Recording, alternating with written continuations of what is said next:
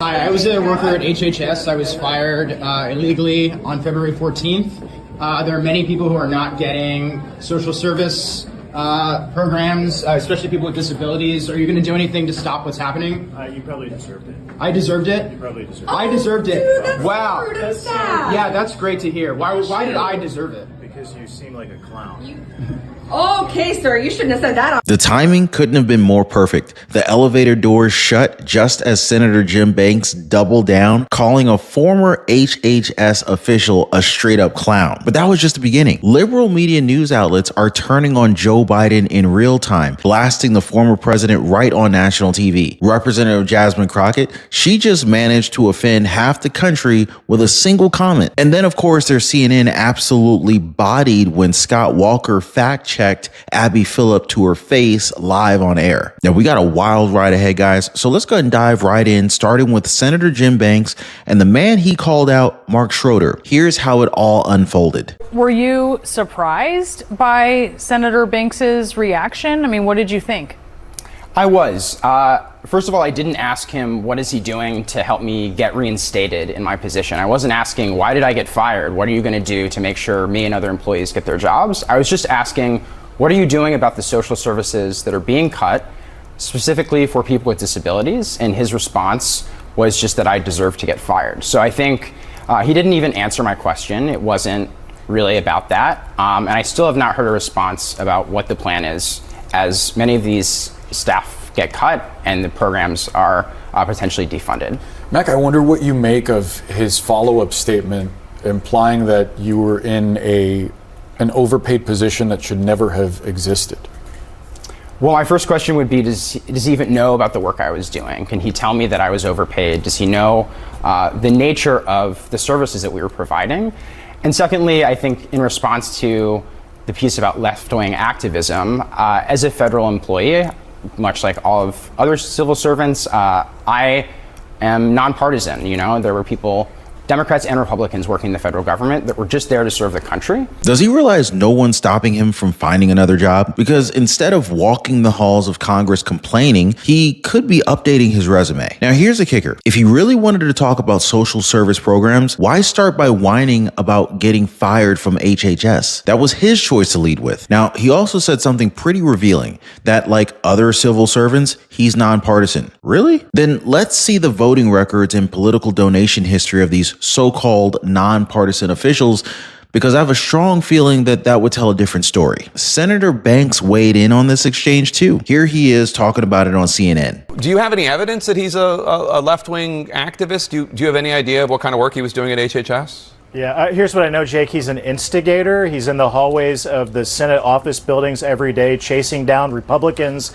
like me and cheering for Democrats who walk through the hallways. So it doesn't take a whole lot here to deduce from that. He is a left-wing activist. And what I have no tolerance for is anyone who believes they are entitled to a taxpayer-funded job. In this case, we know that he made between somewhere $85,000 to $100,000 a year for a job that he can't even explain. Now, you got to wonder, did this Mac guy ever cheer for someone like Jasmine Crockett? Because she jumped on TikTok and managed to offend over half the country with her latest attack on MAGA. Take a look at this. I want y'all to know that, like, MAGA just, there's nothing that I could ever say or do that would make MAGA be like, that's our girl, right? Because, like, first of all, ton of racist. So never happening, right? But you have to understand that, number one, they want to distract from all the disastrous things that they're doing.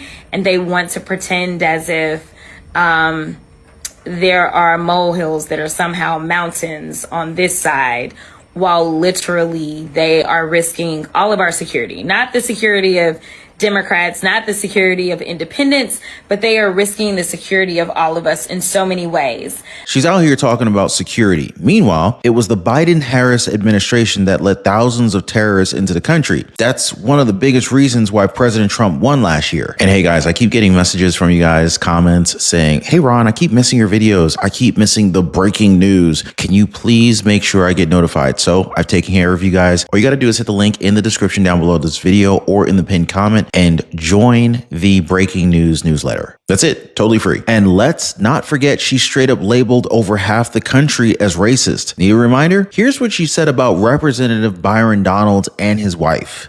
And if we continue to put people into office, and that even means some of our skinfolk who definitely are not our kinfolk, such as Byron Donalds, who are going to continue to say that, the fact that you sitting around talking about life was better under Jim Crow, is this because you don't understand history? Or literally it's because you married a white woman and so you think that whitewashed you. I'm not really sure, what it is. Well, but you I couldn't need even be married to a white woman under Jim correct, Crow. correct. And it took Joy to call him out. So I'm like, bruh, what are you talking about? What are you saying? He just out here. I feel like they give him his talking points and he's like, yes, massa, I got it. Talking points? At least Byron Donalds comes across as authentic. She's more like Kamala Harris, switching her entire accent just to fit in. But don't expect mainstream media to cover comments like this anytime soon. They'll probably just wait until she's out of office, just like they did with former President Joe Biden. Now, we're seeing a full 180 from MSDNC. Greg Gutfeld, he even called out Morning Joe for the sudden change of tune on Biden's mental sharpness. And let's not forget, guys, these are the same people who spent years defending Joe Biden and insisting he was just totally fine. Here he is on April Fool's Day, no less, talking about what a disaster Joe Biden was as president. We always look back in retrospect and think things were a certain way, just because it's the way the media at the time defined it. I remember after Biden's shockingly bad presidential debate, that's when the history books were starting, you could just see that was going to be the reason why he was pushed out of the race and he was doing bad. Oh, you could just see that was going to be the reason, because there were no reasons before the debate. No. Sorry, Joe. Saying the debate was like a shocking reason for Biden's downfall is like saying, I didn't know Hunter Biden was a problem until I saw his artwork. And what a convenient opinion to suddenly come up with that now that Biden is long gone. But that's what you get when the media is interviewing the media without addressing the diseased and dying elephant in the room, the media. And just to remind people what Scarborough had said about the former president, watch this. He's cogent. But I undersold him when I said he was cogent. He's far beyond cogent. In fact, I think he's better than he's ever been. Intellectually, analytically. Cogent? I think he meant pungent. Keep yakking, you grifter. Start your tape right now, because I'm about to tell you the truth. And F you if you can't handle the truth. This version of Biden, intellectually, analytically, is the best Biden ever. Not a close second. And I've known him for years. The Brzezinskis have known him for 50 years.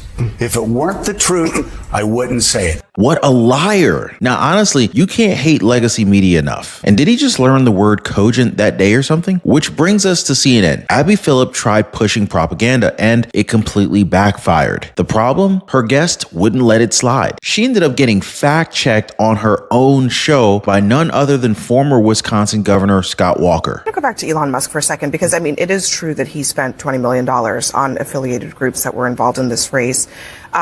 Is it a risk for Republicans to put all their eggs in that basket? Not only did he spend the money, he came to the state. Right. He came to the state. He talked about cutting Medicaid, Social Security through Doge, bringing those issues up. Actually, he never talked. He explicitly said in Green Bay that he would not cut Social Security. Well, that's exactly what he said. He talked at his rallies. No, other people said about that, but I was there. I watched him. Okay. He did not say he was going to cut Medicaid. Other people at his rallies who work for Doge, who work for Elon Musk's organization, talked about those issues. No, I was at the rally. Not one of them said that. That's what protesters risks? Said, but nobody there actually said that. Do you think that there are risks here? There are. If people believe the lies that people are saying about that. Being associated, but that's not at all what they said. If people believe that Medicaid and Medicare is going to be touched, that's just a flat, outright lie.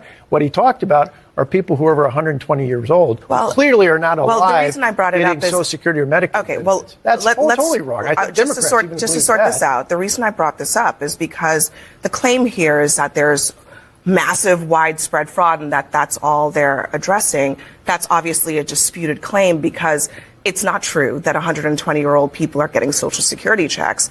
The checks stop at a certain point automatically because those checks and But those balances Social Security are already numbers in place. get counted for various parts of the federal government. So they don't get a benefit directly to those people, but they count for money that gets allocated to different departments in their budget. And they shouldn't be. If somebody's no longer alive, they shouldn't be able to count that I guess as an my allocation. fundamental question was, what are the risks here of Elon dabbling in elections for Republicans going forward? Well, again, I think in the end, he's going to have to continue to make the case. Part of the reason why when we talked about our recall, what flipped things for us early on in that recall process, Time magazine called me Dead Man Walker. And the reason was because all the narratives coming out from the press, coming out from the left, were about all these horrible, egregious things. Once we started to give examples of the things we were actually doing, not the things the press said, not the things that our opponents said, but the things that we were actually doing, when we ended up going before the voters in the final election in the recall, we actually won by more votes than we did. So I think that what's paramount for him or anyone else aligned with him is keep giving actual examples of what they're doing. Set aside things like Social Security and make it abundantly clear that that's not being touched. But if there's waste, fraud, or abuse, spell it out, make the case, and bring it to the voters. Now, I'm sure you guys all noticed how flustered Abby Phillip got, right? She just kept backtracking and changing her words because Scott Walker was correcting her in real time. You know she wasn't ready to get fact-checked in real time, right? And that's the real issue here. They know they're lying about Social Security and other programs. They're just trying to scare people. These are scare tactics. The truth is here, guys, these proposed cuts, they won't touch the benefits of Americans who've earned them. But they keep pushing the same false narrative lies. They think that if they say it enough times, people will start believing it. And at the end of the day, the results will speak for themselves. So here's my question, guys. Aren't you tired of mainstream media lying to us over and over again? Now, I want to give you guys a link to a recent video that I released. It's connected to how our personal information that may have already been leaked by banks. Now, I got some really unnerving news over there that I urge you guys to watch and check out and be updated on. As always, thank you for hitting the like button. Thank you for subscribing. We'll see you next time.